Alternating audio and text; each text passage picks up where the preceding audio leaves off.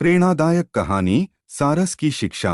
एक गांव के पास एक खेत में सारस पक्षी का एक जोड़ा रहता था। वहीं उनके अंडे थे। अंडे बड़े और समय पर उनसे बच्चे निकले, लेकिन बच्चों के बड़े होकर उड़ने योग्य होने से पहले ही खेत की फसल पक गई। सारस बड़ी चिंता में पड़े। किसान खेत काटने आवे, इससे पहले ही बच्चों के साथ उसे वहां से चले जाना चाहिए और बच्चे उड़ सकते नहीं थे।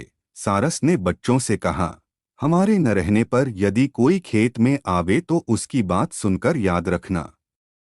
एक दिन जब सारस चारा लेकर शाम को बच्चों के पास लौटा, तो बच्चों ने कहा, आज किसान आया था। वह खेत के चारों ओर घूमता रहा, एक दो स्थानों पर खड़े होकर देर तक खेत को घूरता था। वह कहता था कि खेत अब काटने के योग्य हो गया है। आज चलकर गांव के लोगों से कहूंगा कि वह मेरा खेत कटवा दे। सारस ने कहा, तुम लोग डरो मत। खेत अभी नहीं कटेगा, अभी खेत कटने में देर है।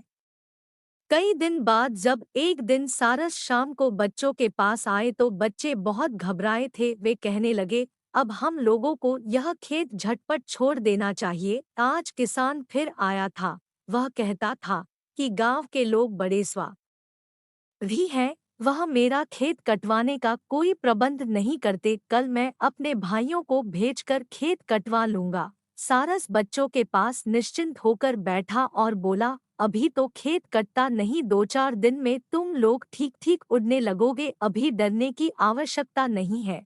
कई दिन और बीत गए। सारस के बच्चे उड़ने लगे थे और निर्भय हो गए थे। एक दिन शाम को सारस से वे कहने लगे, यह किसान हम लोगों को झूठ मूठ डराता है, इसका खेत तो कटेगा नहीं। वह आज भी आया था और कहता था कि मेरे भाई मेरी बात नहीं सुनते, सब बहाना करते हैं। मेरी फसल का अन्न सूखकर झर रहा है। कल बड़े सवेरे में आऊंगा और खेत काट लूंगा। सारस घबराकर बोला, चलो जल्दी करो, अभी अंधेरा नहीं हुआ है, दूसरे स्थान पर उड़ चलो, कल खेत अवश्य कट जाएगा। बच्चे बोले, क्यों? इस बार खेत कट जाएगा, यह कैसे? सारस